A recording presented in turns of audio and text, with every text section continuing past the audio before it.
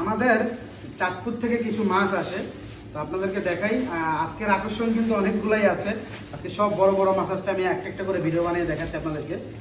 এখানে দেখতে পাচ্ছেন যে অল্প কিছু ডিমা চিংড়ি আসছে, এগুলো অলরেডি আমাদের সোল্ড আউট।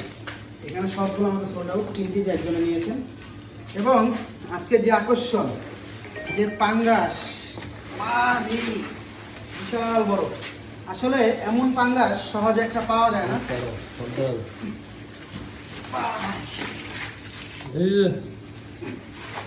এই দেখেন আরেকটা আসছে, এটা অলরেডি সোল্ড আউট, আলহামদুলিল্লাহ এটা সোল্ড আউট।